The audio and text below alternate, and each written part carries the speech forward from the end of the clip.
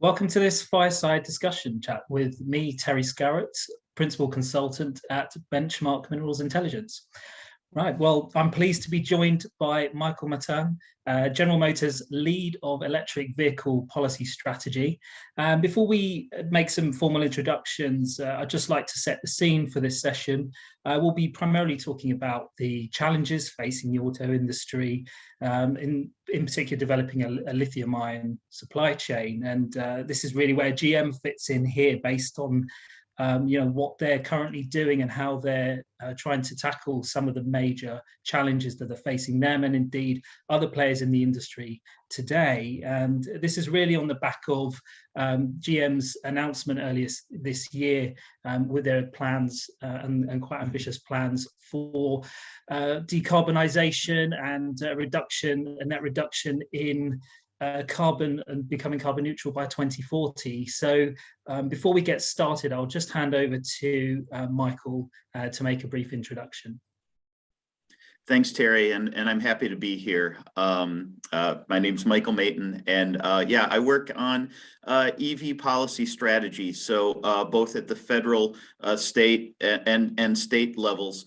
Advocating for policies that are going to help us, GM and really the entire auto industry, transition into this EV future, which, as Terry mentioned, we have very ambitious plans for the next 10 to 15 years. So really happy to be here and look forward to the conversation.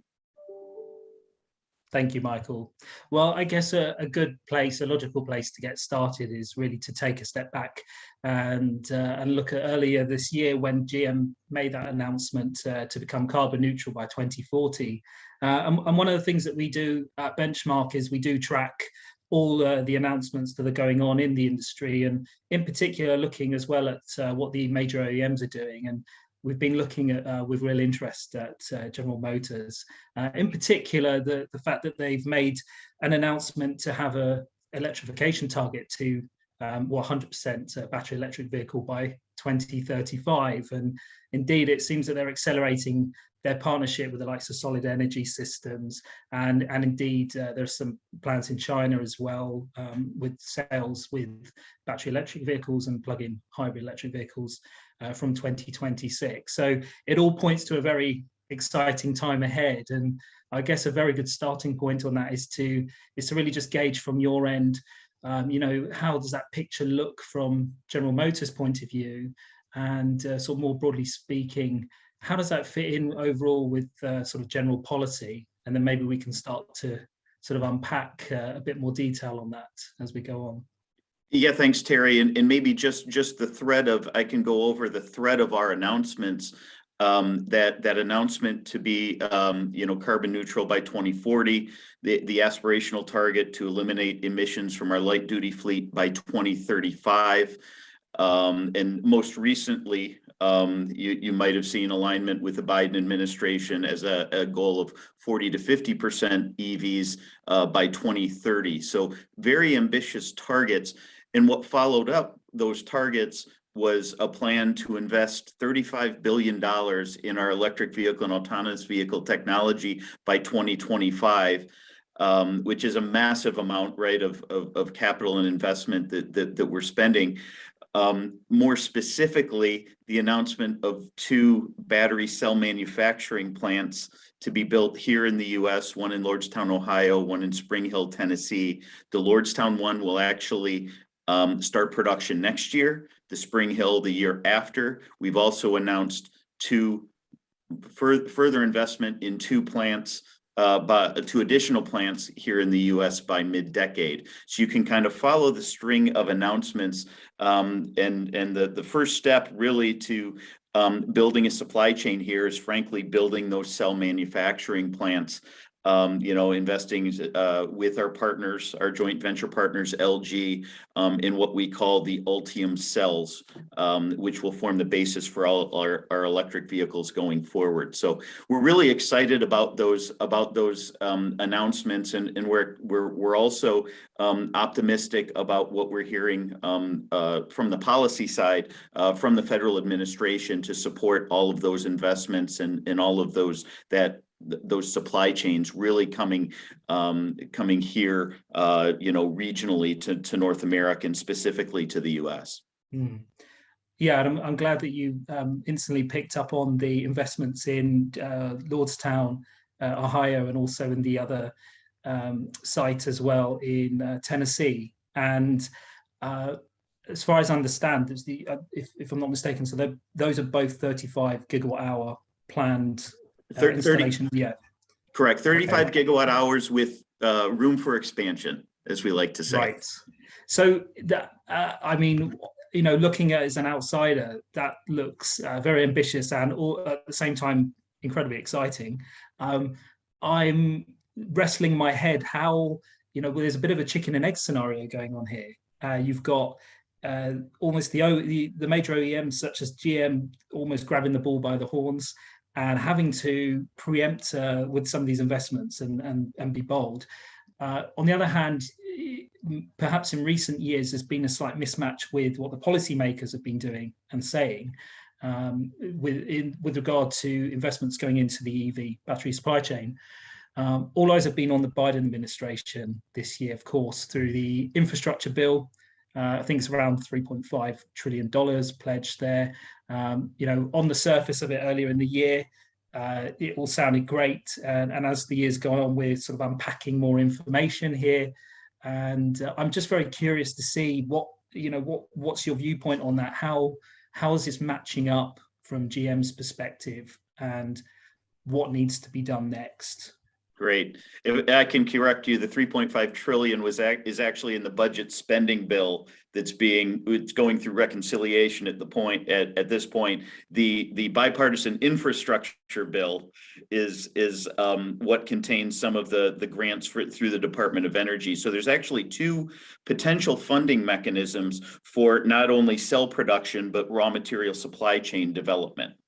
In the bipartisan infrastructure bill, there's $3 billion for cell manufacturing plants, and additional $3 billion for supply chain development, and some additional money for recycling as well as research. All of that money flowing through the DOE. So again, we're quite optimistic that is, while not, let's say, exactly equal to what's going to be needed to build these supply chains to support 100% EVs, is a really good start and could really serve to jumpstart the building of these supply chains here. And we feel we've sent a great signal to the market saying we're going to build cells. We, GM and LG, are going to build cells in North America that are going to go into North American produced EVs that will be sold here.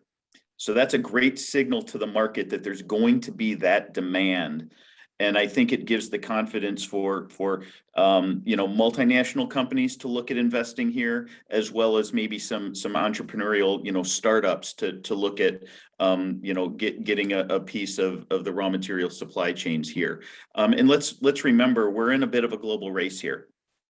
Europe is doing the exact same thing, right, with their battery blueprint. Roughly, I think $3.5 billion is what Europe has committed to building up their supply chains. So in many ways, we're in a bit of a race against other regions to make sure that we secure all of the materials that we need to build this incredible quantity of batteries.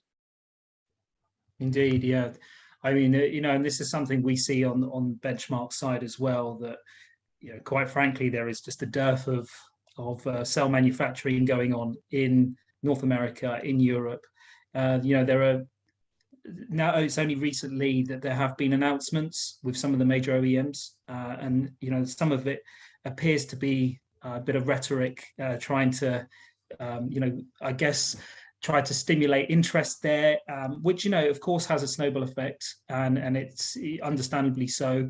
You see the likes of the Teslas and VWs making quite ambitious announcements with their sort of mega gigafactories. It's no surprise to see finally the US or North America waking up to this, and from an outsider perspective, it's really pleasing to see. One of the challenges with this presumably is time to come on stream and to develop these, to get these, to optimize these supply chains as well. And from what we see, evidence in China, of course, they've had a much longer time to perfect this. They're not without considerable challenges there. And I wonder, from your perspective, what, how you view that, what needs to be done now. So we sort of unpack it we've looked at, sort of broadly speaking, on a policy side, from a technological standpoint or from a supply standpoint, what are the big sort of critical things that are on the horizon? Sure. So the way I think I like to think about it, and the way I like to explain it to maybe the layperson, is on a time horizon, and then also break down the supply chains by steps. Of course, materials don't just come directly out of mines and go to battery cell plants. There's a lot of interim steps, right? They need to get changed into sulfites and hydroxides. They need to get combined into cathodes and anodes, and then they need to be shipped to the battery plants. So there's a lot of midstream processing that needs to occur here as well before you can even talk about extraction, because if you extract without having that midstream here in North America, you're just sending it to China or Asia, and gaining those frequent flyer miles again, which we know is just additional cost in the supply chain. So, the auto industry has 100 years. We optimize supply chains. That's what we do. Auto industry is in general a pretty low margin business, and it's critical to wring all of the cost and all of the inefficiencies out of the system. And that's what we're really looking at here. But it really begins with that midstream, because those are things, again, that can be done in say the next anywhere from 3 to 5 years. You can bring a cathode processing plant or an anode plant online in kind of that time frame. The extraction and mining is a much longer time frame, so we still need to start talking about that now. But I think a lot of the focus will be kind of moving upstream from the cell plant in the near term. And I think the overarching, and I want to mention this early and often, our overarching goal is to bring these supply chains to North America in a sustainable way at a competitive cost. Those are kind of our two guiding principles, really non-negotiable principles, for onshoring or nearshoring this supply chain. We know some of those interim steps are very energy intensive and potentially not as environmentally friendly as they need to be. So we need to be very cognizant of that as we move those here. And I'd say, I'm highlighting the challenges that we face. But yeah, that's kind of the way we're looking at it right now, looking at getting this midstream here, and also looking at longer term, where we can look at mining and extraction. An example of that is our funding, at least preliminary funding, of a company called CTR out in the Salton Sea, for potential lithium extraction from the Salton Sea. So funding those kind of longer term investment type projects, but also looking at bringing the midstream online as soon as we can to feed our battery factories.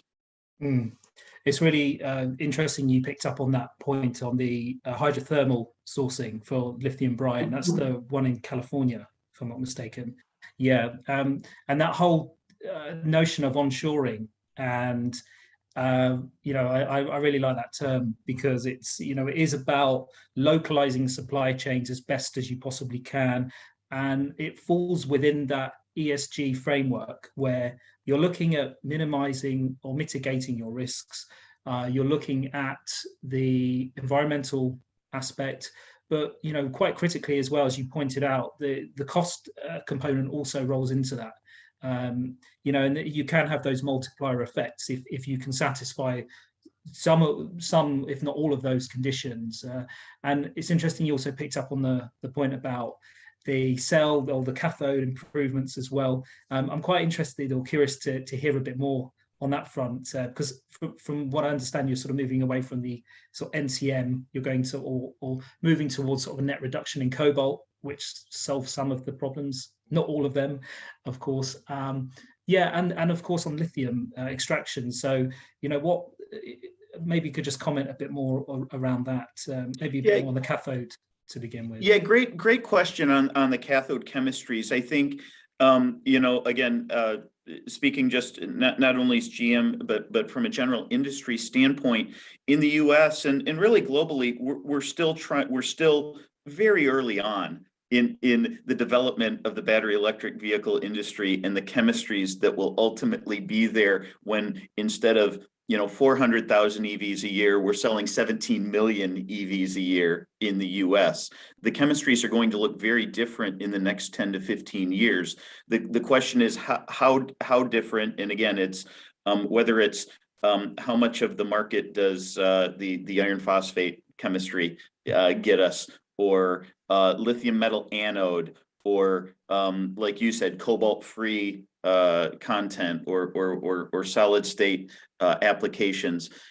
We have to build these supply chains with all of that in mind, really. The changing nature, right? So 4 years ago, we were asking for a lot of lithium carbonate.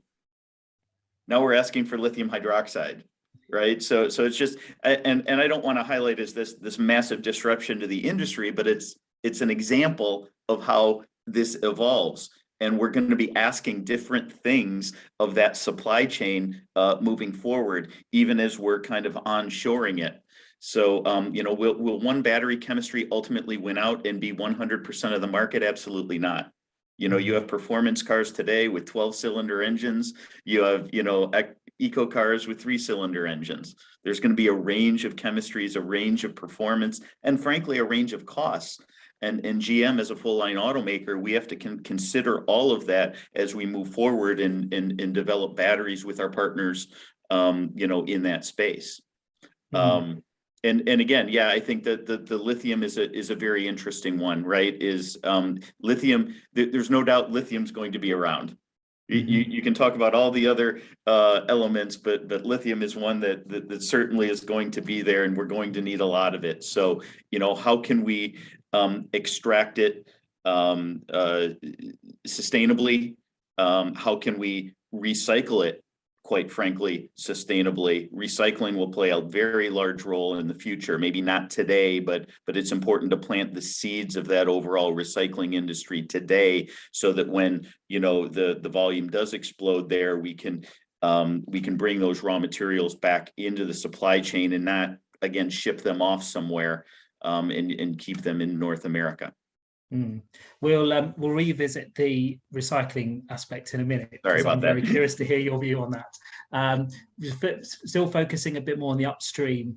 I'm glad that you mentioned a few points there, but I think we're generally aligned on that there is no silver bullet here for one battery chemistry solving all of the problems. And I think there's a sort of broad consensus in industry that there's going to be a multitude of solutions to solve the bigger problem or challenge, if you like. We're also seeing development of very sort of nascent industry, in particular next generation anode materials. It seems as though every conversation we have these days is someone wants to know about solid state. It seems to still be the hot topic. I wonder what your thoughts are on first of all how you sort of viewing these next generation technologies, and secondly, focusing on the anode. I think you mentioned already about some of the challenges with even bringing production and onshore, if you like, to North America, in particular graphite industry. We see there's some evidence already of definitive feasibility studies going on. We know that many of these projects will come on stream in the next few years, several years. They will, of course, be playing a major part of the building the narrative here in North America. I'd just like to hear your thoughts on that and how we can also try and meet the sort of ESG part of that as well, because graphite's not without its challenges on that front. So it's quite without giving away anything confidential, I can tell you we're involved in all of those conversations as we really start to pick apart the supply chain. There is the potential with with changing the anode to really gain some energy density and cost advantages. But I guess I'd really rather talk at a high level just about battery chemistries in general. I think we hear it's literally almost every month or even every week the latest and greatest solid state or new chemistry, or this is going to be the 1,000-mile battery, et cetera, et cetera. And I think what's important to keep in mind, all of this is valid research. It takes years. You have to ensure that it works in a vehicle environment over many cycles. And just as importantly, you have to be able to manufacture it repeatedly. Those are two, and a lot of the technologies we're talking about or that are in the news are not necessarily, have not met those thresholds yet. So it's again, we're a bit trying to build the plane as we're trying to fly it, building these supply chains, knowing there will be a next generation chemistry. There's no doubt.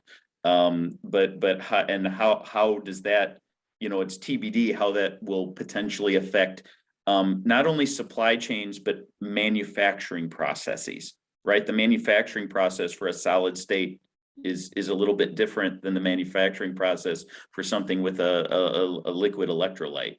Mm-hmm. So those probably don't happen, just for instance, those probably don't happen on the same production line.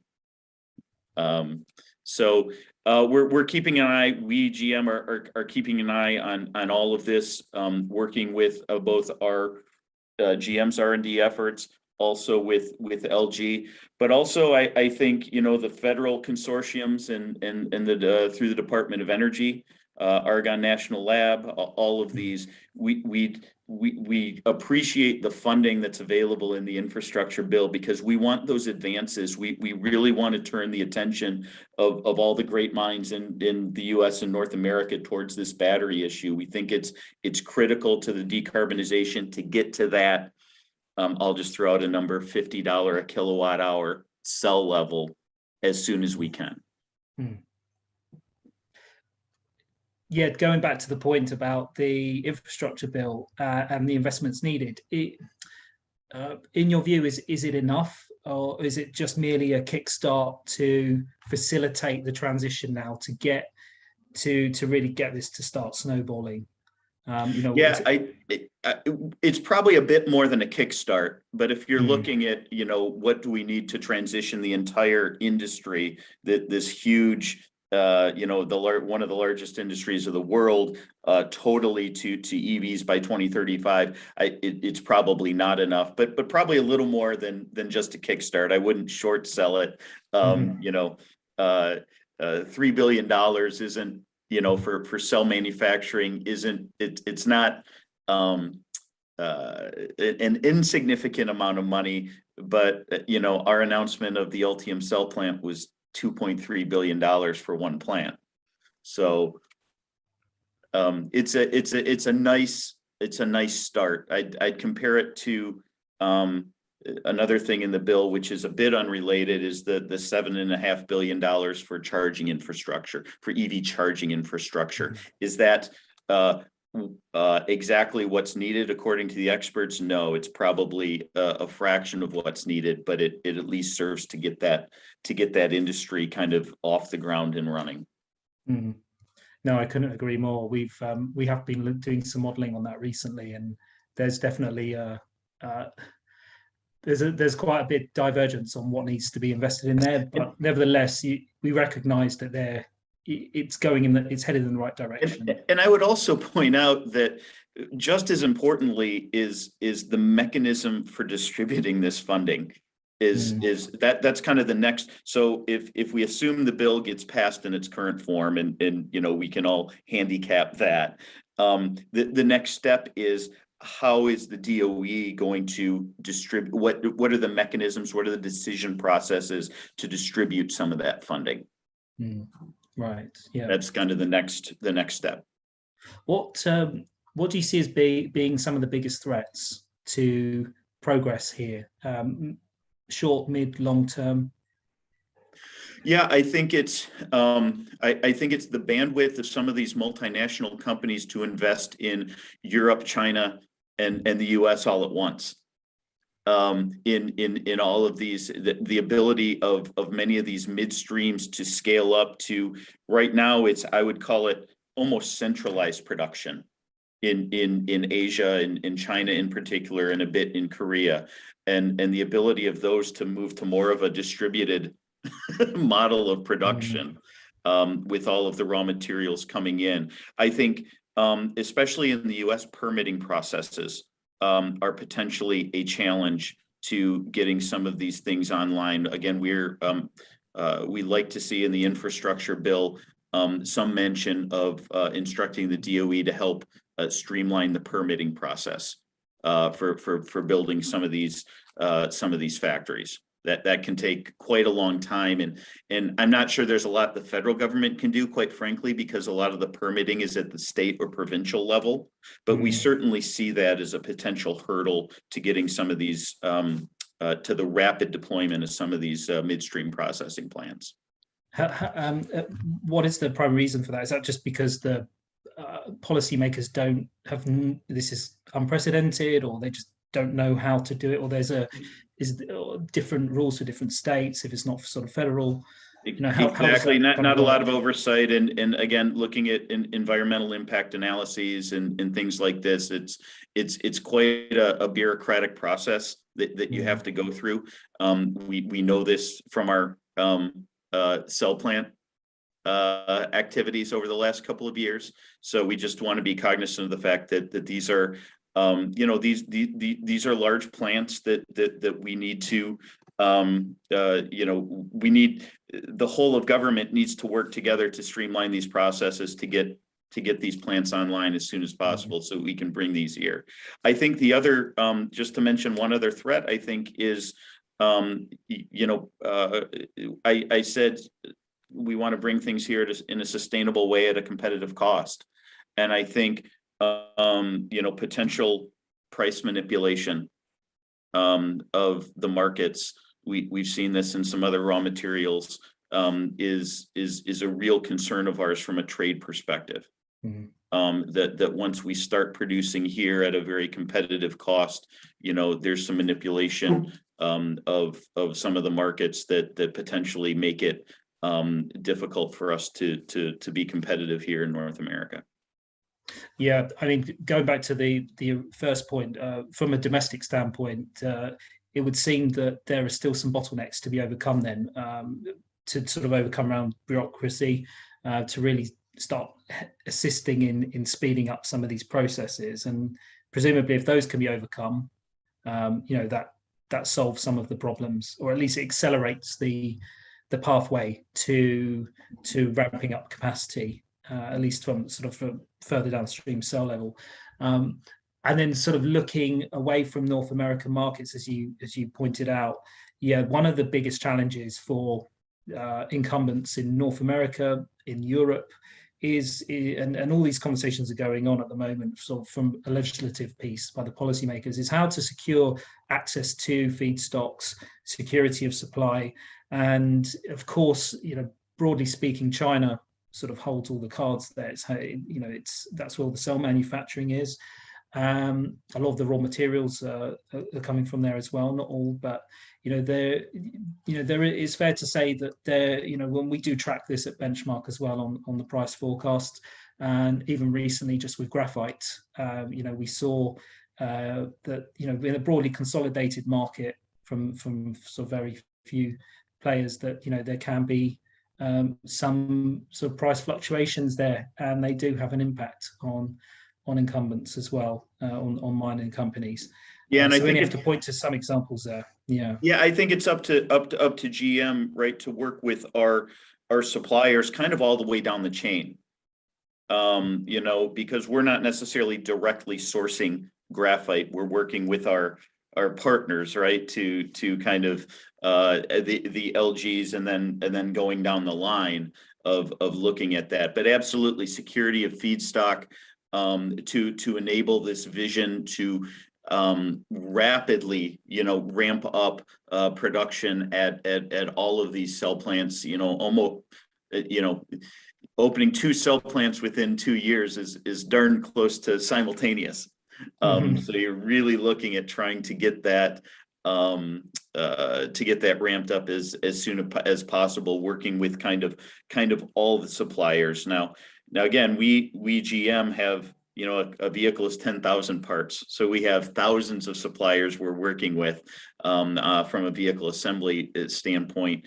From a battery cell manufacturing standpoint, that number's a little less, but we can at least bring some of our expertise in those areas to bear when we're working, creating these, call it, new supply chains for auto manufacturers.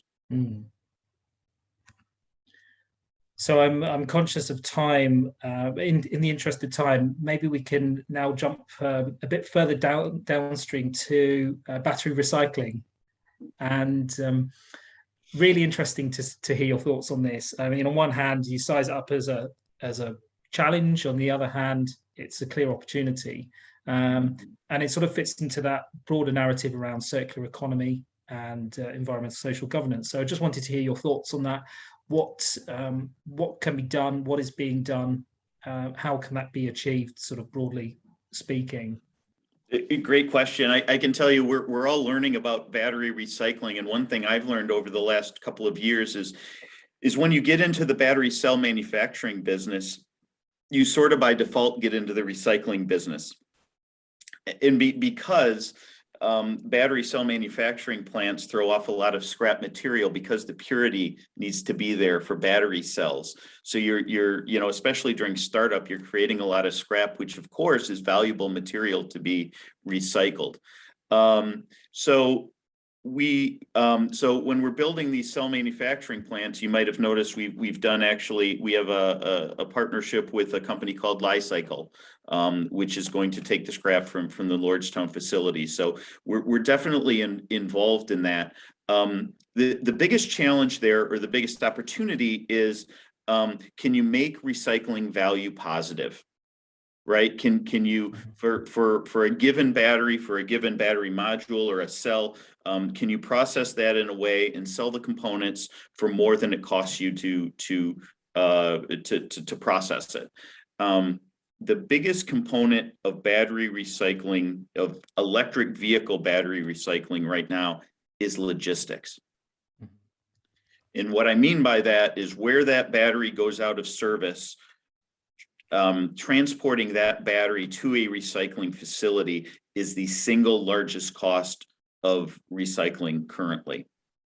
So we have some proposals to look at how can we first of all work with the government, maybe create some consortiums to reduce some of that cost. Through a hub and spoke system, through what are some policy mechanisms that the first thing is to make people aware that this logistics issue, again, for a vehicle that goes out of service in, I'll just make it up, Arizona, and you have to transport it to your recycling facility in Oklahoma. How do we make that, you're never going to get around having to transport it somewhere. So once you have the logistics kind of taken care of, we believe there's enough innovation in the recycling industry through hydrometallurgical processes instead of pyrometallurgical processes. We believe there's enough innovation that's occurring in that industry right now that we can create a positive value chain out of that. So our view is if we can get some help from industry or from the government on that transportation issue, we can make a positive recycling story. And again, if you can recycle that material and have the midstream processes for that recycled material to go back into, even better. So it's sort of shifting. I mean, in a way, you're facilitating some of the existing supply chains to sort of have a bit more of a feedback loop, which in one way sort of it means you've got the integration there. On the other hand, you're going with a sort of relatively or broadly new way of looking things, potentially disrupting what you already have. and quite significantly. Mhm. And therefore, that's going to require not only help from the policymakers, but also significant investments as well. Yeah, and it really takes a whole of industry approach. We're going to have to work with our dealers. We're going to have to work with our dismantlers, and we're going to have to work with the recyclers. So it's a different kind of cross-industry collaborative approach that's going to be necessary to make sure that these batteries, end up in a recycling facility. Who this might be my ignorance on this, but in your view, who holds all the risk in this? Is it the cell manufacturers? Is it ultimately the automakers? In terms of sort of battery recycling, where does the buck stop at present? I think we would say we want nobody to have the risk, because we want the batteries to be positive value. So if there's a positive market value, there's really no risk in, I mean, just frankly, just like scrap vehicles today. Those scrap vehicles are not in landfills because there's a positive value for all of that metal that's contained in the vehicle. And if we can create this chain of batteries as well, we think it's really on everybody. We think battery manufacturers, we think auto manufacturers, we think, again, recyclers and dismantlers. We don't want to really assign the risk or the blame or the responsibility on any of these. We need to kind of create this whole of industry approach to do this. Again, focusing, at least at this point, on the pretty overwhelming logistics problem that this represents when you have 2,000-pound battery going out of service in rural Maine and having to get that battery to and again, it's small numbers today. So let's deal with it when it's small numbers instead of when it becomes larger numbers. I would say in general, what we're dealing with today is more on the module perspective. We're not dealing with out of service whole batteries. We're dealing with really out of service modules. So it's a bit of an easier issue, but in the future, clearly there will be these batteries coming back. And I would also say the other, just to highlight one other issue, the reuse of vehicle batteries. We think there's some potential reuse. I think the jury's still out a little bit on the best application for reuse of some of these batteries, but frankly, they're going to have 70-80% of their health still, their energy retaining capacity left. So there is potential that these could get used in stationary storage applications, for example. I don't think that's going to solve the entire problem, but it could absolutely help mitigate some of the impact of all of these batteries going out of service. Yeah, indeed, and I think we're generally aligned on that, particularly with the NMC chemistries. Just had a conversation yesterday with some stakeholders around LFP as well. So there's a lot of interest in LFP at the moment, and it's not going away. But equally, we're also looking on the horizon at other competing technologies like sodium ion, and things are moving so quickly in industry that one day no one believes in it, and the next day everyone does, and it only takes that one thing to unlock the potential there. And from a policy perspective, we're really looking for encouragement of opportunities and not to constrain innovation by creating policies, recycling policies, quite frankly, that could possibly could add cost to the battery or constrain innovation in any way. We want to keep our minds open about what could potentially happen in this market, in the innovation that might occur in the future. We don't want to necessarily again have policies that could inhibit some of that innovation from occurring. And I think recycling is a perfect example of that. Yeah, absolutely. Through fear of running over time, I'm going to stop there. Before I do, I'd just like to thank you for this great chat. I mean, I wish we could continue it, and I'm sure we will offline at some point. So once again, thank you, Michael, for your time. I'll leave the last word with you if you like.